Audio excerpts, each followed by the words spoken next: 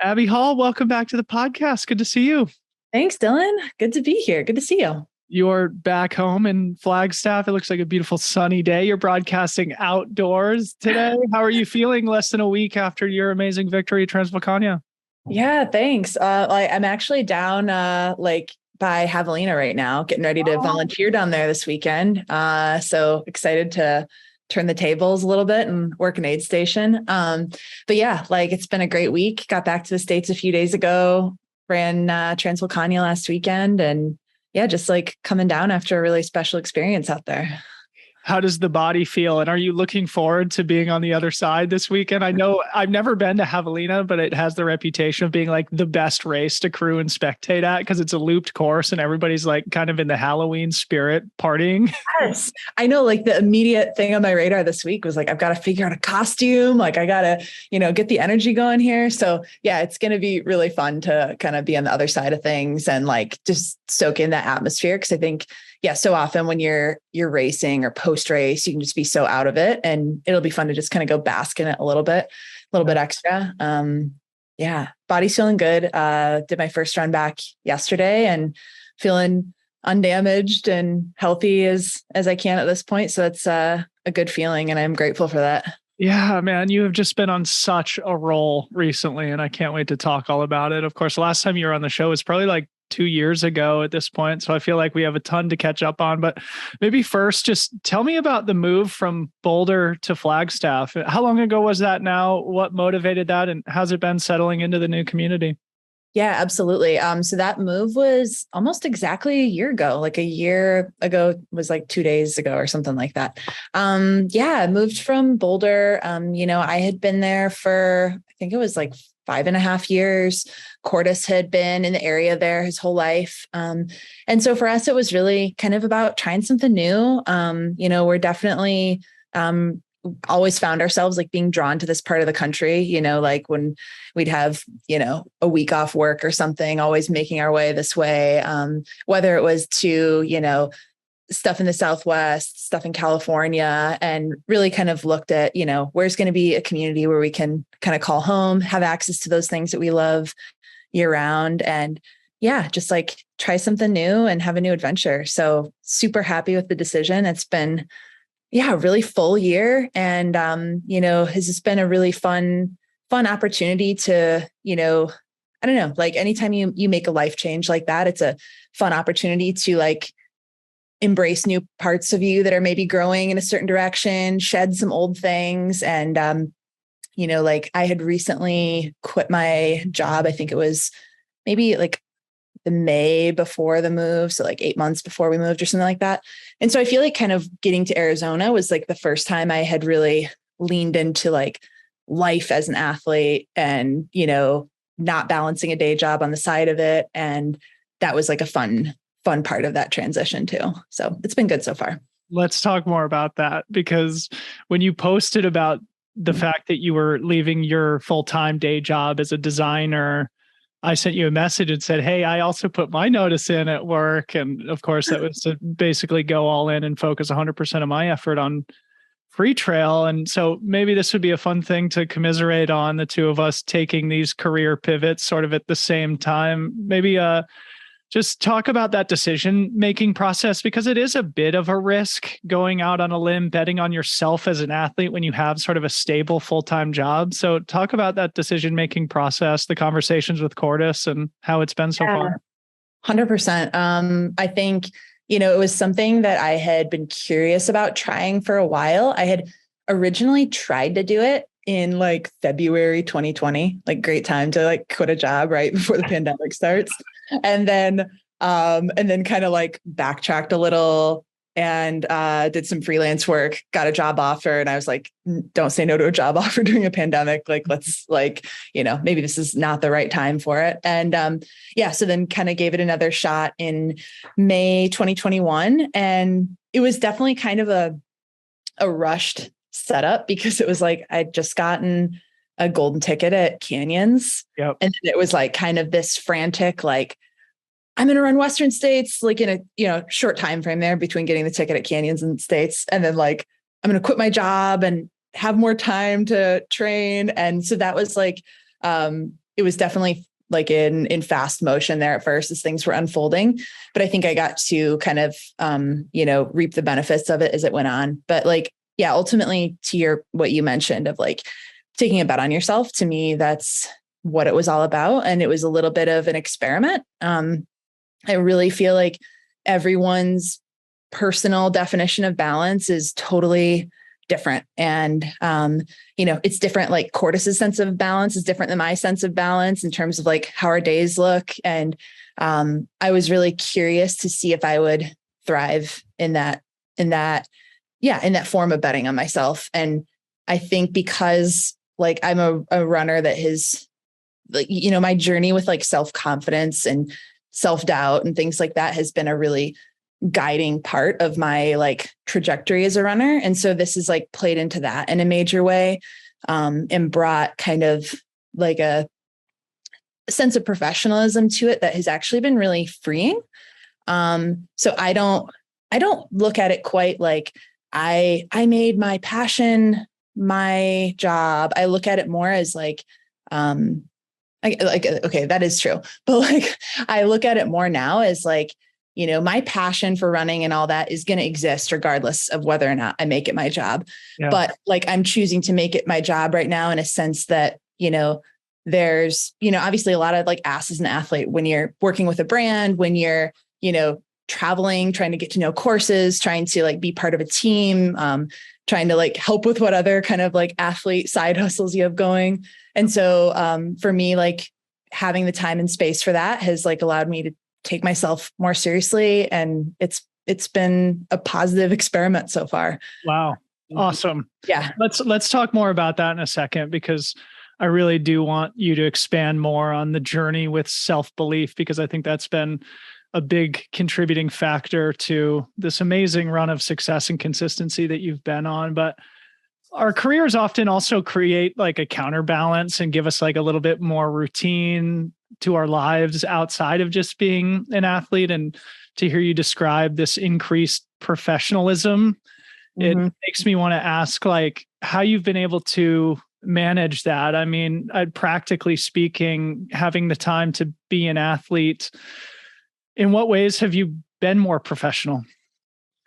I think, I definitely feel it like, say in those low moments as an athlete, like either whether it's mid-race, whether it's like a bad workout, a bad training week, a niggle, like I feel it in those lows a little bit more, where I feel kind of like a positive pressure to like find grace through those things.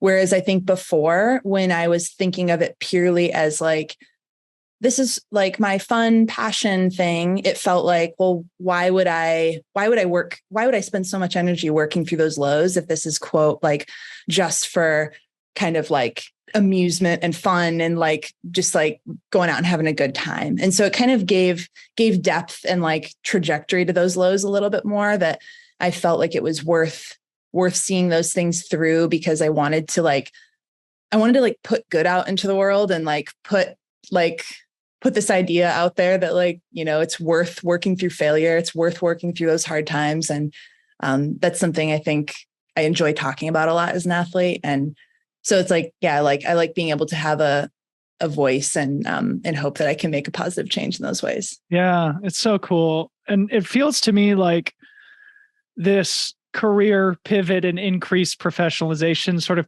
coincided with what I would characterize as an increase in performance, or at least an increase in consistent world-class performance. Yeah. Would you associate those two? And in what ways has it benefited your life as an athlete?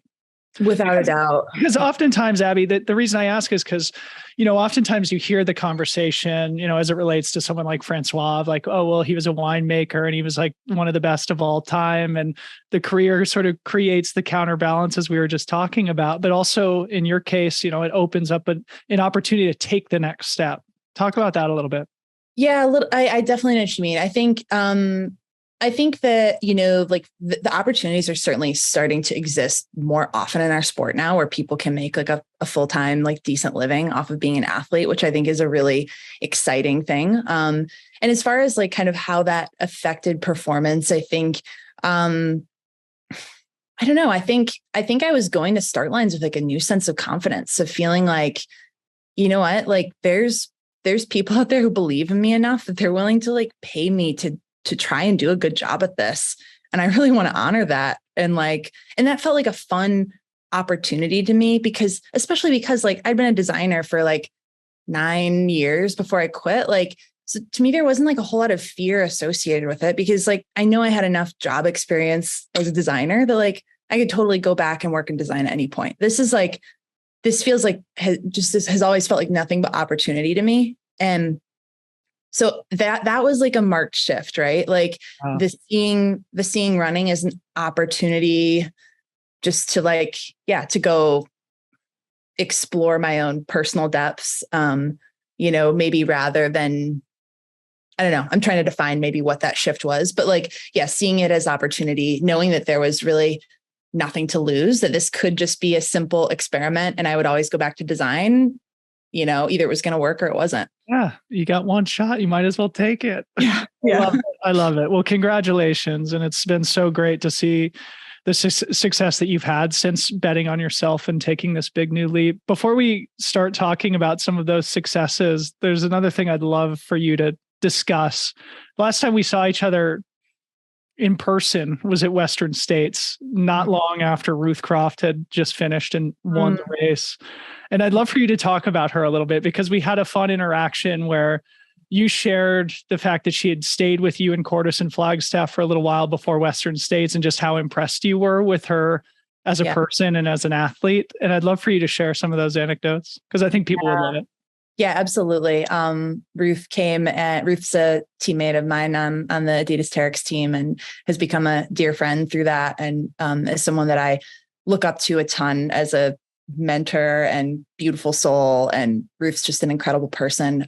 She came and stayed with us in Flagstaff during her build for Western States. And it was just like having someone so like excellent like Ruth living under your roof is a special thing, and was really motivating to like my own kind of habits as an athlete. Everything from she's doing her mobility exercises first thing in the morning, she's getting the body work, she's prioritizing the intervals of, like she's just an excellent human being. But she does it in a way that like brings a really fun spirit to it, and like a lot of joy. And so it's a really contagious quality, and was super special having her around. And I think, having like friend and training partner like her, especially this year, we got to share a lot of miles together, has definitely been, a big part of me continuing to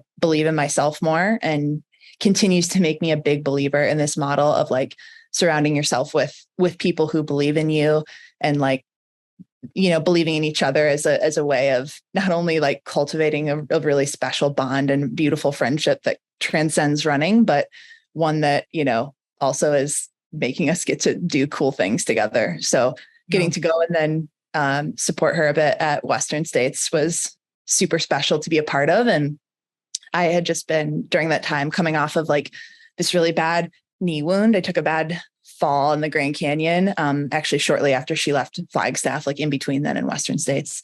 So I was kind of like limping around, just starting to be able to run again. And like, it just really like filled my cup to go get to crew her and, witness her in action, and kind of helped me to see beyond the current circumstances of my knee, which I think ended up being a big part of how things like continue to shake out in like the later months of the season. So, yeah. Awesome. Well, I think spending time with the great champions like Ruth, especially, those great champions who don't like to sort of toot their own horn and brag about themselves, I think it's a great opportunity to sort of get pearls of wisdom and insights just from watching their behavior and lifestyle and mindset up close and personal. And I'm sure it's had a positive impact on you as an athlete. So talking about your training, you and I have both been coached by Jason Koop forever. And I wondered if maybe you wanted to reflect on the arc of that relationship, especially as you've sort of emerged into this like top echelon, top category of professional female ultra runners internationally. And if there's anything that you guys have maybe changed, adjusted in the last, call it 2 years, that you think has helped to, contribute to the success. Yeah, absolutely. Coop and I started working together in fall 2017. So yeah, we've logged a good number of years together now, which is pretty special. And like at that time when I, approached him, like I had a lot of big dreams. I had a lot of hopes for where I could take things. And I didn't even have a huge definition of what that looked like. It just felt like I could do big things and wanted to chip away at it for a while and give it my best shot. And so, we started working together then, and really through the course of, working together, there were a good few years there where I would just say I was kind of grinding away and kind of paying dues, so to speak, of just trying to continue to throw myself in, big racing opportunities. Like at the time, my big goal was Leadville, and I did 2 Leadvilles in a row, both of which I went into wanting to wanting to like win or be on the podium. And both years, just like walking it in. Like the first year I was second to last place. The next year, like I cut like 15 minutes off my time, barely still making the cutoff. Like it was brutal. Yeah. And like, I remember after my second Leadville, like, going and doing it twice in a row is kind of like, just kind of a gut punch. I mean, it's like you usually hope that you can go back the second time and like have this, heroic thing of like, last year I did bad and this year I did great. And it was like the next year going and doing barely better, still like far from what I felt like my potential was.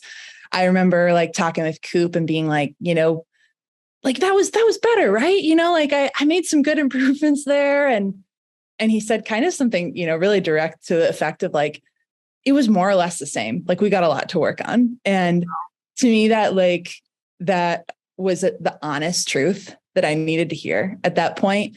And there was a lot to work on. And so I feel like I really rolled up my sleeves and kind of like from that point forward started, just trying to focus on kind of logging opportunities in competitive settings as a way of learning. So really just, like back then it was like lining up at like TNF and like Sonoma and a lot of those races where it's just like going in and like, throwing elbows with this like an incredible field of women and like learning a lot about how to like execute a good race. And like kind of the shift for me was a lot about like going from thinking like, I'm going to like start running like ultras all the time and like be really good at them right out of the gate. Like that's going to be my story. And I was like, no, that's not going to be your story at all. Like you're going to like, you've got a lot of years of chipping away at this before it's going to like click like you're hoping things can. So, like I think we've definitely experimented with volume. I think that's like a dial that like Coop is always curious about playing with athletes. And like, like when we turn that dial up, like as I'm sure you've experienced, like when you're going big on volume with Coop, you're going big. So have logged some really big weeks and like learned, kind of, I think how close that should be to a race, whether it's early season, whether it's close to a race. I think we're a pretty well-oiled machine at this point. And, I think a big part of that has been in the last 2 years has been like really these tactical situations in racing. And one thing that I really have always appreciated about Coop from the moment I started working with him was like, I feel like however, like, to whatever level I get in the sport, like Coop's going to be like a real, like know exactly how to coach for that. Yeah. Like there's no situation too intense or too competitive or too tactical or too whatever it might be.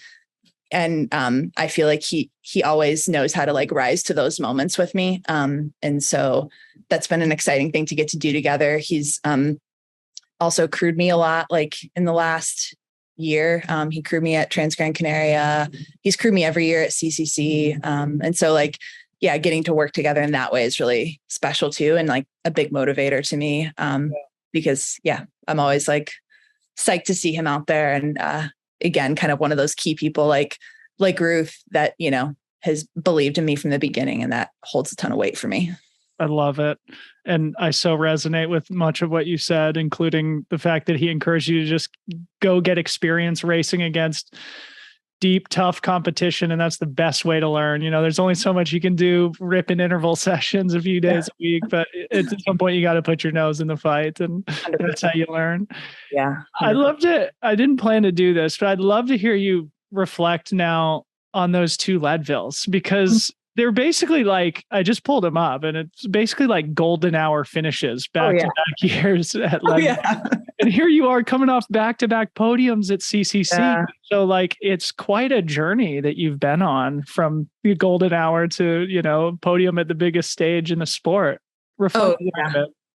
Yeah. I mean, definitely. Like it's, I think when I first moved to Boulder, like it was really interesting, like an interesting time to get into the sport, get into the community there. Cause some of the friends two of the friends that I made early on were Kat Bradley and Claire Gallagher. And I was sharing miles with them. And, you know, like Kat was a friend back then who would, you know, was really quick to say like, hey, I think you can do big things in this sport. And, you know, Kat goes and wins Western States, Claire goes and wins Leadville. And the like grace with which they went and accomplished those things kind of gave me this like this hope for myself that like I too could go and do things like that. And my journey there was a bit longer, but I look back at those times and reflect early on how that almost felt at that time in Boulder felt like really normal to go and just like enter those world stages and crush. And I think that was a big part of me kind of early on vision casting and setting my sights on what I thought I might be able to achieve. But yeah, it's been a long road for sure. And like Coop and I reflect on that a lot of like, there were some years of just plugging away there and a lot of points along the way where I could have just said, you know what, like I'm not going to like go as far as I thought in this sport, and that's okay. But I really, really kept chipping away at it because I believe there was something more there. Yeah. So then speaking specifically about some of the races that you've been up to recently, you finished second at CCC last year. And I believe you spoke afterwards about sort of like an intentional decision to be a little bit more bold, aggressive, and maybe orient yourself with more risk-taking in competitive environments. Talk about that intentional change in your race strategy and how it's, you know, impacted how you view yourself. So I think that mentality, yeah, like you mentioned, it kind of starting for me with that like 2021 CCC. And I think the reason for that timing was that I was coming off of like kind of a lackluster performance at Western States for me, where, you know, I went in after Canyons, put in some big training, went in, you know, maybe a little tired, and kind of ran a race where I felt like I was kind of waiting for it to come to me. Like kind of went in with this mentality of people go out aggressively, and if you just keep chugging away, you'll work through the carnage. And and of course, like it was a year where I think only like one woman in front of me dropped, or two or something, like really very little carnage. And I finished kind of feeling like, what? Like, that's not what was supposed to happen. And I don't like taking on that kind of approach as an athlete. I like feeling really responsible for my race. And that mentality didn't quite work for me at Western States. So going into CCC later that summer, I wanted to put myself in a position where I was taking responsibility for my race and not waiting for it to come to me or waiting for this situation that I'm imagining might unfold, could happen. So, really went into that 2021 CCC feeling like, all right, I'm going to set myself up for some big opportunities here. And like, I think even the night before that race, I said something to Cordis, like, I want to come into Champe Lac, like unsure if I can continue. Like, I really wanted to push that envelope of how hard I could go, because I had I think because of like, say, looking back with the background of those Leadvilles in mind, I always know I can march it out and gut it out. And so for me, it's like playing with this dial of like knowing that that's like the setting I can default to if needed, of just like getting it done. Yep. Like, how can I perform within that? And so, yeah, that CCC last year was a big, moment for learning that mentality, going out more aggressively, and it worked. And so really since then, like every race I've done has had that in mind of going out and trying to push the envelope early. I mean, not doing anything like crazy right from the start, but like definitely within the first 20 minutes of the race, feeling like I'm already working hard. Yeah. And that was new for me versus this kind of mentality that I think maybe like used to be a little bit more popular, of like this kind of like go out easy and wait for carnage and pick things off. But I feel like we're seeing that less at the front of fields. 100%. So people are like taking the race by the horns early and just being like, I'm going to like take charge of this thing early and run aggressively. And, those situations are not as easy to come across anymore. And so, going into this CCC, I think it was, even trying to push that envelope more, trying to, run a faster time there. Tried to make my best bid for the win. And that meant like a really similar, arrive in Champex-Lac feeling like the wheels are going to come off, but continuing anyway. And so, I was able to go take a good chunk of time off there this year, which we'll talk about that. Yeah. Okay, cool. But first, I love the philosophy of taking responsibility for your own race. And maybe this is a good opportunity to bring the self-belief, self-doubt conversation back into our discussion, because obviously that goes hand in hand with taking risks. When you're taking risk, you have to have a certain level of trust and belief in yourself. Talk about how you've cultivated that. Well, I think cultivating it definitely goes back to kind of some of those like fundamental building block kind of races for me of, putting myself in positions where I felt like, oh, there's a whole lot of like women who deserve to be in front of me here, or, like, I don't know how I can hold my own in a field like this. And, first starts with kind of cultivating that sense of belonging there at all, let alone believing that you could thrive in amongst a field of like great talent. And so, I think really seeking out those competitive opportunities was a big part of that. But I also think like kind of as it's advanced further for me, it kind of has become this tightrope I've always visualized it as a tightrope or like a lane I'm trying to stay in where, maybe there's like self-doubt and pity on one side, and there's like ego on the other side of like, I believe I'm like like the all-time greatest. And it's like this staying in the lane of like being my greatest and not feeling bad for myself, but also not like making myself larger than life and kind of like continuing to ride that line. And that's something that I feel even in racing too, like of how I can hold that line and not run too conservatively, not run with pity, but, take responsibility. And it's like an interesting mix of things for me, I guess. Yeah. Yeah. Well, I mean, it's the mindset component is what I think what separates the podium finishers from the winners. And we'll get around to this later on in our conversation about, Transvulcania and like you sort of emerging into that victory category rather than just the podium category. But I think it's a really important thing for younger athletes to think about, is just like ways in which they can arrive feeling comfortable and confident in themselves. And actually, I pulled something off one of your posts from Gran Canaria that is sort of in line with this, that I think it would be fun to just read here, and maybe you can expand on it for the audience. And again, this was after an amazing second place finish at Gran Canaria, where you started your season this year. And what you said was, this one, excuse me, this one's an emotional one for me, mainly because I feel like I'm making a younger version of myself really proud. When I did this race 4 years ago, I cried at half the aid stations and wondered if I had what it took to get good at this stuff. I had big dreams, but didn't know how to get there. I still remember all the women who were on the podium that year because it blew my mind that they could run that fast on that kind of terrain for that long. I wanted to feel what that felt like. I wish I could go back and tell 27-year-old Abby that you are actually capable of the things that you dream about. You'll find a way there. It's a beautiful, beautiful written articulation of, developing that belief in ourselves. So maybe you could reflect on that and more generally, just like this process of improvement you've been on. Yeah, absolutely. I mean, that reflection brings back a lot of memories and feelings for sure.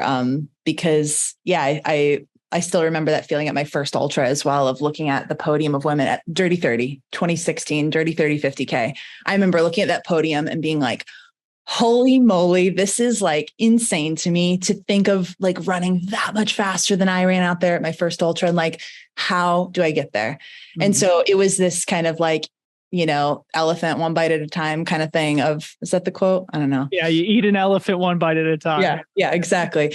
Of working my way there. And I think that, looking back, like I say at that first Gran Canaria, I probably like made those podium finishers, like even like larger than life than I feel now, like accomplishing those things. Like it feels like a different perspective to me now. And I note that because I think it's an interesting thing of how I viewed this, like that success, the idea of success back then versus how I view it now. Where I'm seeing like success is more like this byproduct of chipping away at something for a while. Yep. And maybe when I first got into the sport, saw it as this kind of untouchable ability and skill that I could only dream of. And so that's an interesting part of that to me. And, I think, I don't know, chipping away at that has been, I don't know. I'm remembering your original question. I mean, I think it's great to sort of go back and think about what 27-year-old Abby was thinking and now sort of being there and understanding, well, it's all this process. And as we talk about it being a process and how we're sort of view ourselves as athletes, it sort of makes me want to ask too, how you're viewing yourself, like in terms of like the practical stuff, like where do you think you've made serious strides in improvement and where do you feel like you still have some glaring weaknesses?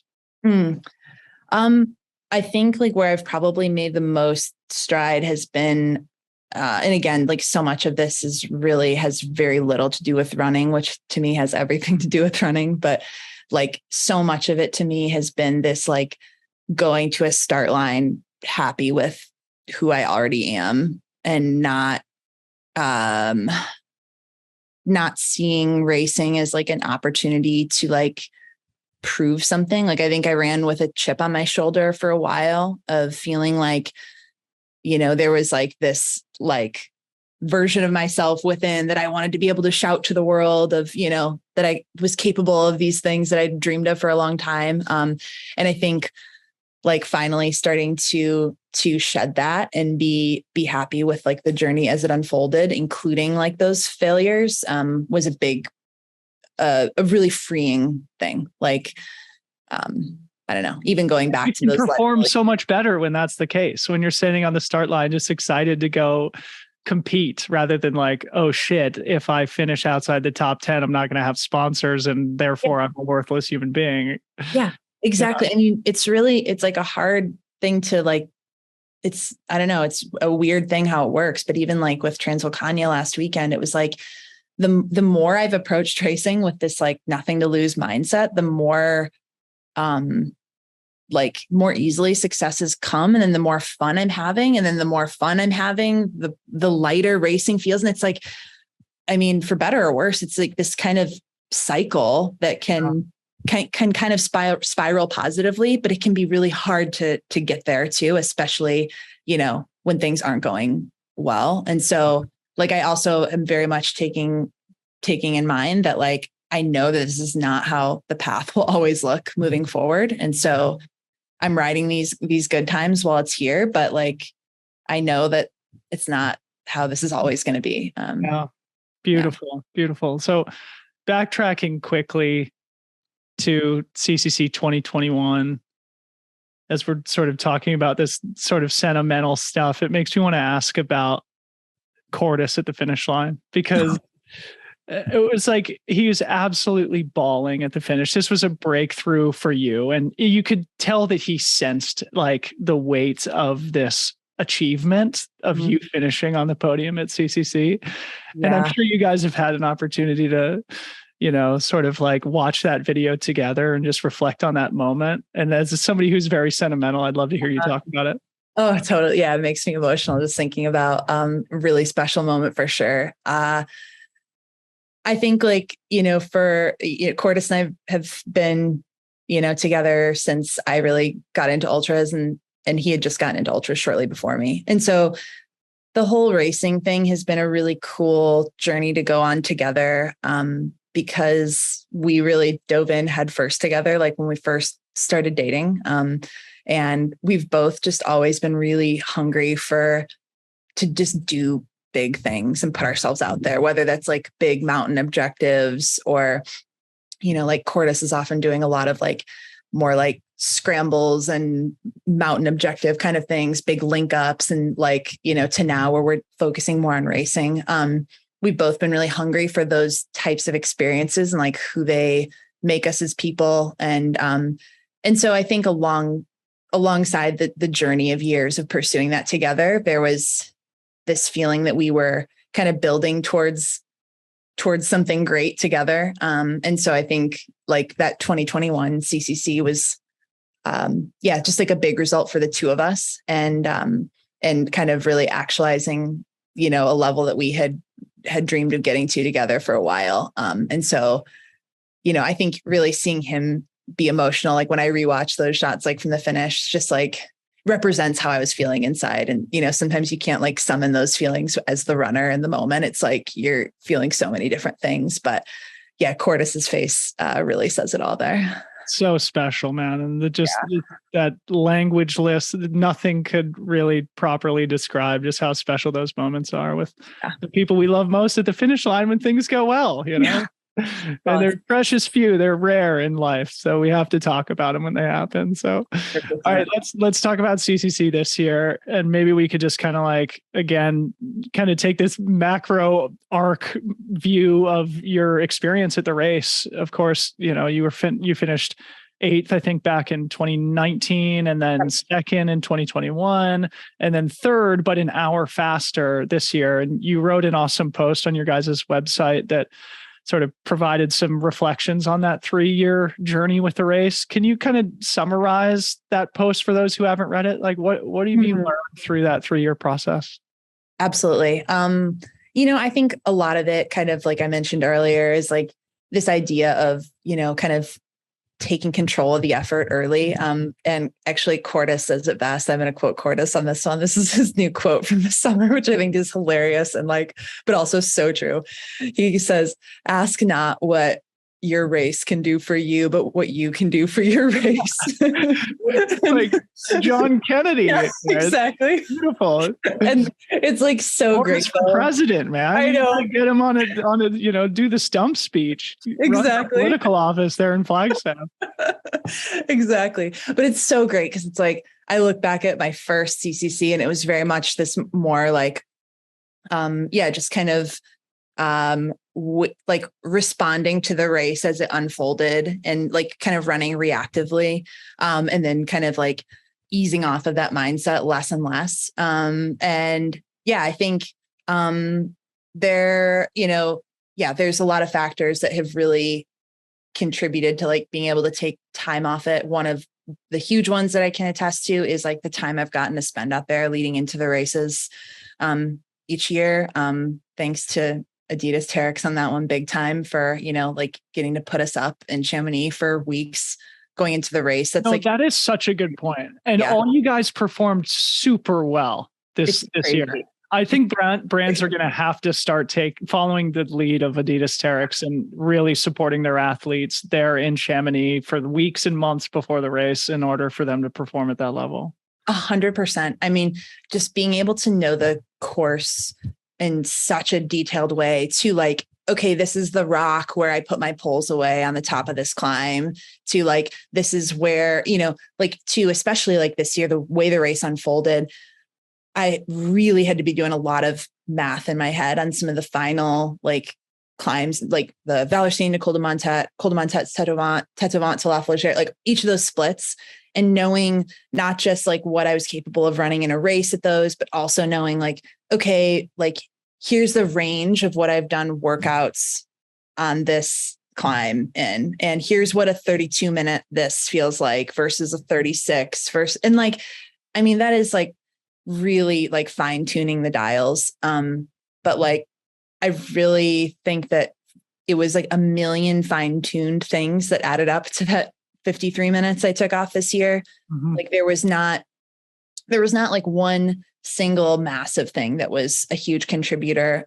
It was just a lot of little things. Like, I think I mentioned in that blog post, like I had been talking with my teammate, Steven Kirsch, before the race. And I had said like, yep, I want to take an hour off my time this year. And kind of like, just a fair question. He's like, okay, so like, where do you think you're going to take that? That's like a minute a mile, Abby. Yeah, exactly. Yeah. And I was like, well, I'm just going to like run each section faster. And like, I mean, it felt like a far stretch to do that, especially with how things had unfolded with that like knee injury I mentioned early in the summer, those stitches and that bad fall, and then reopening that wound in July. It really felt like I was kind of threading a narrow needle. And, but yeah, like the way I approached it was kind of like, either this is going to work or it's not. And I'm going to, just keep my foot to, the gas and hope that I can still be able to put out the effort that I want to on race day. But, yeah. Amazing. So 53 minutes faster this year than last year, but unfortunately you're one place lower. But of course, as we've talked about, as mature adults that we are with grand perspective, it's about the process, not necessarily about the result. But, part of me wants to ask, of course, being on the podium at a race at UTMB is a career highlight for any athlete. This was the second time for you. Was there part of you that wanted to maybe prove that 2021 wasn't a fluke, or that you could do it again on the world's biggest stage? That kind of thought hadn't quite entered my head as much, to be honest, because I didn't feel like it was a fluke in 2021. Yeah. Like it felt and this is like, again, something I mentioned in that blog post was I felt like, especially after 2021, I finished feeling like we're just getting started. Mm-hmm. And like, this was kind of the start of like my new like chapter as an athlete. And so, yeah, it kind of felt just like the new benchmark for me. And so I think like the races that I ran since that 2021 CCC definitely like reflected that. And so, yeah, so I think it was more just like the start of a new chapter than it was like a desire to specifically prove that wasn't like a one-hit wonder thing. Yeah. Yeah. That's a good question. Yeah. So talking about Transvulcania now, actually, before we get to it, maybe this would be fun to talk about, because one of the things that you mentioned in that blog post that reflected on your 3-year journey with CCC was the fact that you didn't do Western States this year also. And that maybe was part of the reason why you went so much faster on the course. Yeah. And I've sort of had a running theme on the show recently where we talk about calendar construction with some of the pro athletes in the sport, and just how important it is now, to really pick your spots, as going back to what we said earlier, because you really do have to take risks. You really do have to go to the bottom of the well to achieve these podiums on the international circuit now. And so this was maybe a relevant thing to discuss with you, just like the process with which you go about setting the goals that you approach, and just like the process of creating a calendar for yourself. Yeah. That's been something like, Coop has obviously been a big part of that. And I think going into this year, the idea was that like, I'm not really doing many or any B races, which is like definitely been an interesting thing to come to. Like I've realized I'm not someone who likes doing like a race as a long run, or like it's kind of been maybe a part of just summoning like the effort required for some of these, especially like longer ultras, where I'm trying to like wring every last drop out of myself, like realizing that I need to go into those situations with a really full cup and a lot that I can wring out. And that it's, like race day is something I don't take lightly. And the more emotional energy I kind of have in my reserves to give on those days, like the better performance I can put together. And so, that kind of means for me that I see race day as like a pretty sacred, special day that I'm maybe only doing a few days a year. So like this year I did one like B race in like May. But really this year, like it was Transgran Canaria in March, Innsbruck Alpine 65K in May, CCC, and then Transvulcania. And I was open to even not doing Transvulcania. Like even like as I look to next year, like I've got two A races of Madeira and UTMB. And like those might be the only two races I run next year. But like for me, that approach has been very, a method of kind of finding like what recipe works for me and what I enjoy. And it's different for everyone. But it's been a cool thing to come to, of realizing like that I know how I like to approach racing. And for me, like getting out to the course ahead of time has been like a huge part of like success this year. Something I really like to do. And, there's only so many courses you can really get to do that with. So I'd rather do like 2-3 opportunities like that per year than risk kind of feeling like overdone, even just like from a perspective of like travel, emotional energy, like all these other things beyond the race itself. Brilliant. And such an important thing. It's been fun to talk about it with a few guests recently. So moving on to Transvulcania now, as I mentioned earlier, one of the things I was thinking about is that the races that we've discussed to this point in our conversation have been second at CCC, second at Transgran Canaria, third at CCC, and notably absent was like a big marquee international victory for Abby Hall. And you achieved that at Transvulcania. So how did you go from, because I think there's a psychological switch that flips there when you go from like viewing yourself as somebody who can compete for a podium versus being somebody who can compete for a victory. Can you talk about that a bit?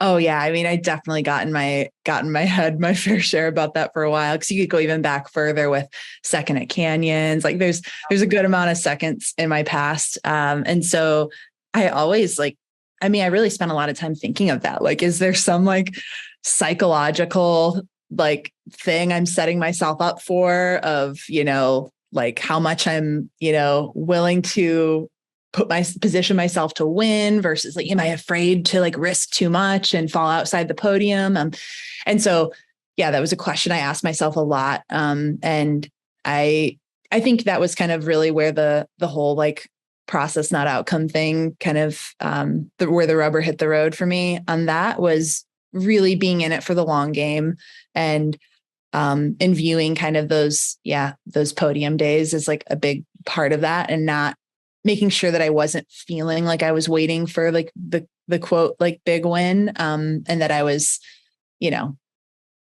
appreciating those moments for what they were, because, I don't take success in this sport for granted, because it feels to me like a pretty fickle sport where, you don't always recognize your like quote, like peak as it's happening. And so I always wanted to be very mindful of appreciating success while it was happening.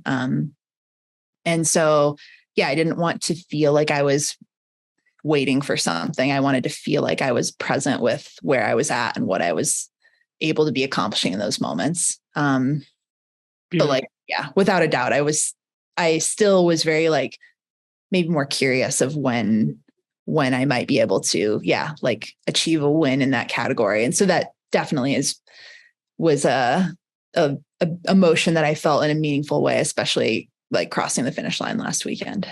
So tell us about the race itself. At what point did you assert yourself as the race leader? And was there any psychological awareness in that moment of like what this meant and the significance of your career being in the lead and potentially winning a race like Transvulcania?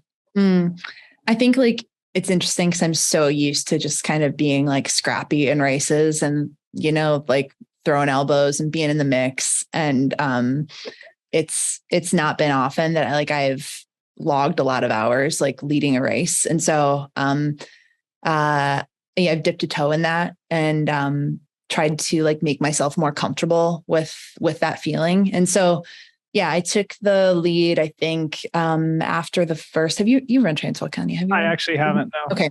Oh, you got to get out there sometime. Yeah, I broke my ankle before the race in 2019. I was going to go, but. Oh, man. Oh, hey, are they going to move it back to May? I want you to finish the answer. Okay. Yes. Good. Yeah, good. They're going to move it back to May. Okay. Yeah, no, because it was funny because at the finish, they were like, well, we'll see you at the next edition, right? And I was like, isn't that like in 6 months? But yeah, so I took the lead like shortly after the first aid station in Los Canarios. So probably about a little over an hour into the race, I think. And yeah, I think really wanted to, kind of push, like I really wanted to run it like with that same aggression that I had been kind of, mentioning for a lot of these races. And so, yeah, for me, that was asserting myself early, had some time goals in my mind. And, really like knew that I was going to kind of have to capitalize on the climb. Because I always like think of myself as being a climber. And so I knew that was, where I had my best shot at like putting on some time. But then it was interesting because ultimately like I ended up building my gap more on the downhill. And that's been something that like Coop and I have worked on a lot in the last year as like my descending. And so it's always interesting to see those narratives change of here's where I think I can, like build a gap. And ultimately that occurred on like the terrain that in the past has been a weakness for me. And I think it's because we've made a big emphasis on technical descending for me. And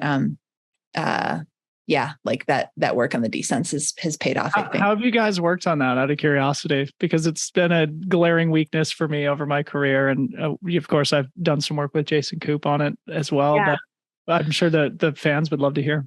Yeah, absolutely. We did some like blocks kind of in the winter where there would be like certain days of the week where, where he'd be adding in like technical descent, like technical descent hard, or like, I think it can be so common to build a route where you're like going up the steep way and down the gradual way. Cause it's just like makes for nice running. Like the common loop I'll do at home is like up Blue Dot, which is like up the steep way or hiking and then like running down the dirt road or whatever. But like flipping that where it's like grinding up the dirt road, dropping down the technical way, a little more jarring, less common of a one to reach for. But yeah, like I think we did like a 4-week block or so specifically where we were doing that. I wasn't ever doing like workout intensities on that kind of terrain. But another like aspect to that I think has been helpful is doing like weaving in some like personal time trials. Like before we left Boulder, I did like a time trial in Green Mountain, and some things like that, where even just like 1 or 2 like all out technical descents, I was like feeling kind of opened up. I don't know if it was mental or footwork or what, or trusting the body, but even just like a short amount of time spent really going hard on technical terrain, I think can go a long way. Yeah. Small doses are really valuable with that stuff. So you won by 18 minutes at Transvulcania. Convincing victory. It sounds like your season is over now. What's your process now of like absorbing what you've achieved this year, recovering and making sure that both your body and mind are ready for next season?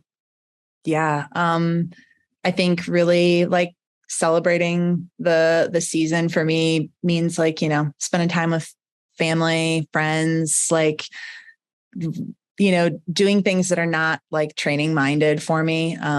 Going out for super easy runs. Like I think right now, like my next couple of weeks, it's just like on the calendar is like run every other day. If it feels good, great. If it doesn't, don't force it. Because there's so many other days of the year spent kind of mentally straining and striving. So yeah, like that's a big part of it for me. We're really excited to just like spend a stretch of time at home in Flagstaff because, we only moved there like a year ago. So we were gone most of the summer. And so I'm excited to like root down.